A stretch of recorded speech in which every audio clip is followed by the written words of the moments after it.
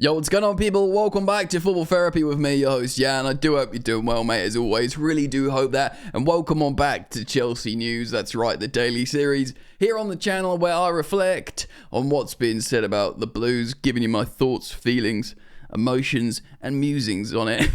More importantly, as always, asking for yours. There's a bunch of stuff I want to speak about today. Graham Potter at West Ham, the new West Ham manager, looking at Chelsea signings, targets, a few players he could actually come in for. A bunch of big high-profile teams would take Christopher Nkunku if a deal could come to pass. Of course, does seem like he will leave Chelsea, something that I've speculated for a while now, but all the momentum is moving towards that. A little update from Ben Jacobs on Liam Delap that possibly a deal could happen this month, which seems wild to me.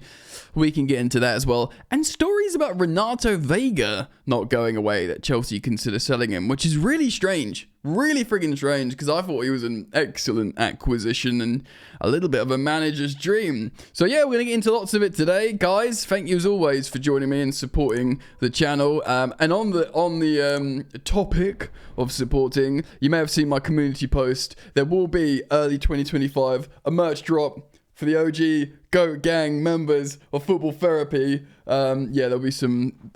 Honestly, the hoodie quality is superb. I got like some tests sent out by a hookup I got with the organic tees and the hoodies and stuff. Really nice quality, not overly expensive as well. Yeah, so GOAT Gang Football Therapy merch coming relatively soon. I'll keep you guys posted. Just make sure you're following me on like Instagram and stuff to get information about it. But obviously I'll plug it on here as well. Anyway, to the football. Alright, so there's a bunch of stuff I do want to speak about today. I just want to start off with Cole Palmer as well, because I saw this on social media. A lot of people thinking that perhaps Cole Palmer has been off the boil a little bit recently.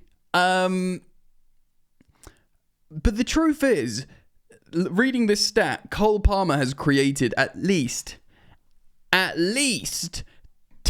10 more chances than any other Premier League player this season. Double digits more than any other Premier League player. So, really, this kind of hammers home the point of profligate finishing from the Blues, which makes you think, doesn't it? Like, it makes you think Cole's actually probably having a really good season. Well, obviously, he scored goals, he's got assists, but really, that creative metric alone, like, massively highlights the situation with, actually, he's been really, really good. It's just players not finishing, and, you know, we can talk about Liam Delap a little bit in a moment, and sort of see if Chelsea look to this transfer window to make changes that could essentially change the course of this recent dip in form. Alright, so I'm not going to share the screen of certain articles because they're riddled in ads, but there's something on the Metro here that's talking about stories of Kiernan Dewsbury-Hall. Now, this is super interesting because Matt Law featured on the London is Blue podcast. Shout out to my friends on the London is Blue. It said some interesting stuff about Kiernan Dewsbury-Hall. There's an article here on the Metro talking about how Graham Potter, of course, now is West Ham manager. I don't know if he's been announced. I think he has. He could be looking for reinforcements, and a couple of players he could look to. Carney Chukwuemeka and Kiernan Dewsbury-Hall from Chelsea. I just want to check something quickly. Yeah, there is an overlap. I just checked. Obviously, Graham Potter's worked with Carney Chukwuemeka before at Chelsea, so he knows how good he is. And guys, he can be really, really good, Carney. Chelsea were adamant if they were to sell him, they wanted like his release clause of 40 million. They're never going to get it. I wonder if they will just, if a club comes in, waves 30 million quid at Chelsea for Chukwuemeka, they'll take it. I wonder if someone waves 25 million quid in front of Chelsea's face, they'll take it for Kiernan Dewsbury-Hall. Now, he deserves a moment, like, I feel bad for the guy. And by the way, he's a good Premier League operator, footballer. Matt Law says, again on the London is Blue, that he believes he just never really settled into Chelsea. He couldn't really become like a sort of... essentially become a Chelsea player, really. Like, he is a good player. He was the best player in the Championship for that Leicester side.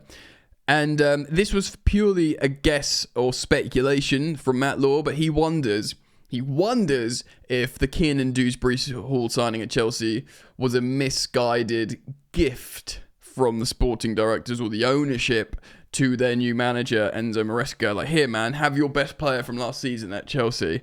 And maybe Maresca went, okay, great, early doors, and then even without asking for him, but it just seemingly won't work. And yeah, and Chelsea will look to sell him permanently 6 months in to his Chelsea career, which is... It's not even like he's come on and dropped like howlers like, Tamuri Bakayoko and like, put these like Hall of Shame performances in. He's just like not really been used. So I don't think people will reflect on him like, God, do you remember when he stank up, Stamford Bridge for a while? It would be like, well, he sort of half didn't get a chance.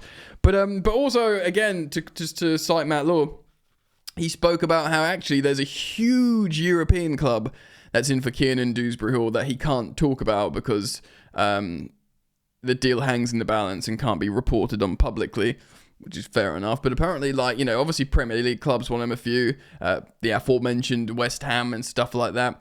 But apparently a really big European, so I'm guessing a Champions League club in Europe are looking at him. He's kind of like Cassidy in terms of he's got the streets. But Cesare Cassidy, to quickly speak about him as well, loads of clubs want Cesare Cassidy. Loads of Champions League clubs. Of course, he's got a really, really high profile in Italy for what he did in like the developmental national team level. And yeah, he's looked at as a really, really good get for a lot of Italian clubs. Lots of teams in Holland want him. Ligue 1. I think Premier League teams would be looking at him as well. And that's pretty darn interesting. Pretty exciting as well, because he's clearly not going to be a starter for Chelsea.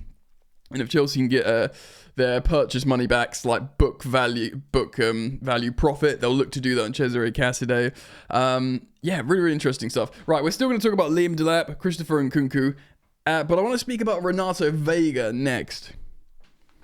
Yeah, this is super interesting to me, guys, because I have sort of waxed lyrical about Renato Veiga as a signing, not as a oh, this guy's amazing, he's going to be a Chelsea starter for sure, but like as a utility man for 11 million quid from Basel. It seems like a stroke of genius. And the fact that he's come to Chelsea, he's played CDM, he's played inverting left back, and he's played centre back for Chelsea. And indeed, he's got call-ups to his national team, Portugal, and started competitive Nations League games at centre back. Stroke of genius for Chelsea. Something that kind of like missed me a little bit is he has had like a sort of disciplinary issue at Chelsea with like Noni Madueke. It doesn't really surprise me with Noni. We know there's that sort of side to his character. That's something that we've learned about him over the, couple of years or however long he's been with us now. But Renato Veiga, he seems so like professional and well-spoken, and for a young man, very impressive, multilingual, driven, like the way he speaks and asserts himself when he signed. I was like, wow, this kid's impressive. But yeah, Chelsea considering offers for him. Caught Offside are citing the Daily Mail here, saying that Renato Veiga is attracting interest from Premier League side Wolves and Bournemouth. Now, Wolves are good. They're a good team. Of course, they are better now under the new management. And Bournemouth are very good under Antonio Areola. The Blues, and it was links to Juventus. We were like reacting to not too long ago. But, he's serious now. They were like, people would have seen him starting for Portugal. Like, what? Who's this kid who plays for Chelsea? Oh, really? Like, oh, he looks good. Oh, what? He's played in that position, that position, that position. Oh, what? He speaks all those languages and can speak to, actually, this might be a really good acquisition. Suddenly, teams are just taking interest with Renato Veiga. Now, I think with Chelsea, it's worth mentioning at this point, everyone's for sale except those who aren't. Do you know what I mean? Like, excuse me.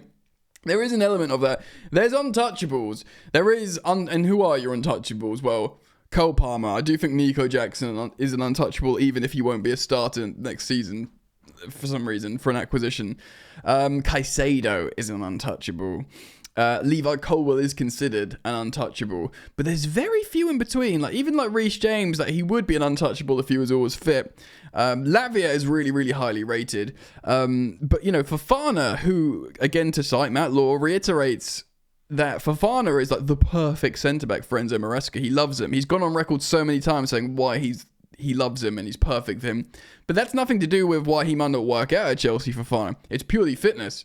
So this kind of like, if you made a list of who's untouchable, it's sort of Cole Palmer and a couple of side acts. So players like Renato Veiga, you know, if you think about it, he's great for this season. We might double our money or more on him, which would be amazing business for one season.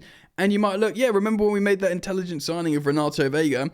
It was perfect because we were playing in the Conference League. He got loads of game times. He became a Portuguese full international, and we flipped we doubled our money when we flipped him. And then you could also, but then you think, well, why didn't you keep him? Well, because it was like investment developmental season. Touchwood, Champions League next season. Now, that's different. That's not the B team, is it? Like, is it? Might be a bit of rotation, but suddenly you got to start refining, you know, who you've got. Like, are you going to, like, Santos probably good enough to come in and be a part of this, like, regular 18 players? Do you know what I mean? And stuff like that. But you got to start fine-tuning. Do you need the Cassidays, the Chukwuemekas, the Dewsbury Halls, the Vegas? You know, they'll have, all of those will have their, like, believers and fans. But very interesting and unsurprising that he's got loads of support. But yeah, the kind of like disciplinary record thing sort of passed me by a little bit with Renato Veiga, but something to watch there as well. All right, guys. So a couple of days ago now, the Boot Room exclusive reported on Nkunku potential destinations. Now, it's obviously we know about PSG.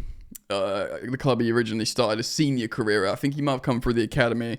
And then, of course, he went to Leipzig in the Bundesliga to find himself. But Atletico Madrid are apparently interested in Christopher Nkunku, which actually I can see. I can see him being this, like, transitional player under Diego Simeone. You know, like soaking up pressure and then like him playing off a big striker or a striker as a second striker. I can see that really working in an Atletico system with Christopher Nkunku. Also being linked with Bayern Munich in the Bundesliga. Of course, Bundesliga football know Christopher Nkunku very well. The season before he came to Chelsea, he was the league's top scorer. I know actually the total was quite low that season. It was before Harry Kane and stuff went over there. But yeah, he was injured for like a couple of months at least in that season for Leipzig, and he still got the golden boot as an attacking midfielder. So, you know, the Bundesliga, the German league, know all about how good Christopher Nkunku is, and I'm guessing he speaks German because he played for Leipzig for so long. I haven't checked on that, but I'm assuming he does speak German because he spent years at Leipzig. Bayern Munich will be in, I mean, look, PSG and Bayern Munich, I'm sure, would be top destinations for Nkunku. Both of those would kind of ensure that you get that call up for France in the World Cup and you represent your country on the biggest stage, which as a 27-year-old right now, that will be his biggest, target, I suppose, for Christopher Nkunku. So Atletico Madrid, Bayern Munich, PSG. Again, citing Matt Law, he said Chelsea weren't planning on selling Nkunku this window, but it does seem like now, he says this, and I agree because it's something I've said for a while, that it's just not going to work. I'd love for it to work. He's an amazing player, an amazing goal scorer, but I don't know, his body language isn't as good. He doesn't seem to do the particular niche pressing and work off the ball that Jackson can do. He just doesn't really have a position. He's on high wages, and he is a high-profile player that expects to play. He's not going to get that number 10 spot, and he's less creative. He's more direct and less creative. We spoke about Palmer and those creative numbers. That's not Nkunku. Nkunku's a finisher of moves, not a starter of moves. Do you know what I mean? Like that. So, maybe give and goes, but not playmaking. So, I do see this marriage ending. It's worth reminding you that he was purchased before we knew what's going on with Cole, before we signed Cole Palmer and, all this kind of stuff. So it was a different time and a different plan. And yes, if he goes to Chelsea, if he hears about some news and he goes to Chelsea, can you sell me? I think we'll sell him this month. Yeah. Yeah. So if we're down an Nkunku this month, if a Mikhailo Mudrik's B sample from his doping test comes back positive, do we sign another attacker this window? Well, the reports suggest that yes, Chelsea would consider doing it if an opportunity. Now, I do wonder, because Laura also said how Felix can play as a false nine, Jackson, Mark Gue, that Chelsea, and and the fact that Jackson will play in the Conference League now because we're in knockouts. Maybe we don't need to buy a striker, but we could move for a striker in January. Look, Liam Delap. There's a story about on Give Me Sport, and this is from Ben Jacobs saying this. He says that he claimed that Delap himself would be open to a move to Stamford Bridge if the opportunity arose this month. Now, I don't want to be like, of course he would with Chelsea, but yeah, man. Also, really, really worth mentioning, Delap's, of course, played under Maresca before, and he was absolutely incredible under Maresca. He scored over a goal a game for the under-23s at Man City. He absolutely exploded.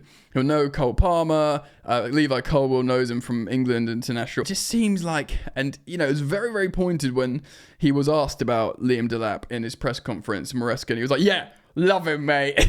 He's wicked. So, yeah, speaking to Give Me Sport, Ben Jacobs said this. Chelsea remain extremely keen on Liam Delap. The Ipswich Town striker has 8 Premier League goals this season and is expected to be subject to loads of bids this summer. But Ipswich are reluctant to sanction a sale in January, but Chelsea are serious contenders for Delap, who is open to a move to Stamford Bridge, so he wants to come to Chelsea. Can I just say, I think it would be mental for Ipswich to sell the guy who's scoring loads of goals for them, because it's their only chance to stay in the Premier League. Being a Premier League team is worth like hundreds of millions of pounds or something crazy, or at least 100 million, at least. And, what are you going to get for Delap? I mean, honestly, like, you pay 20 million for him, you might get, at a push, because of the position you're in, because of like you just don't need to sell him, yada yada yada. At a push, maybe 60 million. But if you go down and you get relegated, which is a big thing that can happen, then they'd sell him for what, like 35 million. Like, you can't sell a Championship striker then any more than that, even if he's really good. So we'll see what happens there. Now, this is really interesting. Liam Delap versus Nicholas Jackson this season in stats. They've pretty much played the exact same minutes. Delap's played 1,455. Jackson's played 1,456. Literally 60 seconds apart they've played. Now, Jackson is playing for Chelsea Football Club with Cole Palmer, who, if you remember at the top of the video, has at least 10 more chances created than any other player in the Premier League. Super chance-creating team. I know the XG hasn't been massive lately, but it doesn't always reflect on what's actually going on with chances. Truth is, Chelsea have been really, really creative. Now, Delap has got 8 goals and Jackson's got 9. So Jackson's got only one more than 21-year-old Delap, who's been playing for Ipswich Town. Now, the main telling point here, is that Jackson is underperforming his XG at Chelsea. From an XG of 9.6, he has 9 goals, which isn't good enough. Chelsea strikers generally need to outperform their XG, not underperform. And who is outperforming their XG? It's Liam Delap. So rather than being 0.6 under, he's got 8 from 6.19. So under 6.2, he's got 8 goals. He's outperforming his XG for Ipswich Town, which was what good strikers do. He's got about the same chances created as Jackson. He's got 3 more successful dribbles than Jackson, and he's playing for Ipswich. He's younger than Jackson, and I feel like the most important thing amongst all this, the stats look great for Delap, but it's the eye test, isn't it? He looks like he's just going to hurt you, which I like. We haven't had that, right, since Diego Costa. Now, we thought we might get that with Breuer, but it never really worked out. He's sort of finding himself back into the team at Everton. Like, Breuer, he still looks like a bit boyish, but he's got He's got that sort of train to him. Do you know what I mean? Like Delap running at you looks like you think, oh bloody hell. Do you know what I mean? Like we don't have that. Jackson will cause problems. He's really intelligent tactically. He's not a wuss. He won't get pushed over. But there's something about Delap that's like, I don't care that my whole Ipswich team behind me, they're all sitting deep and they're not that good. I'm going to run up here by myself and I'm going to just terrify you. That's a touch of the Diego Costas, if you ask me. And like, if we could get him, like, it would be very exciting, I must say. I'll put it out to you guys. Let me know your thoughts, feelings, and opinions. Please leave a comment in the comment section below. Thank you for liking and subscribing. And I hope to see you back here soon. Keep it locked. Peace.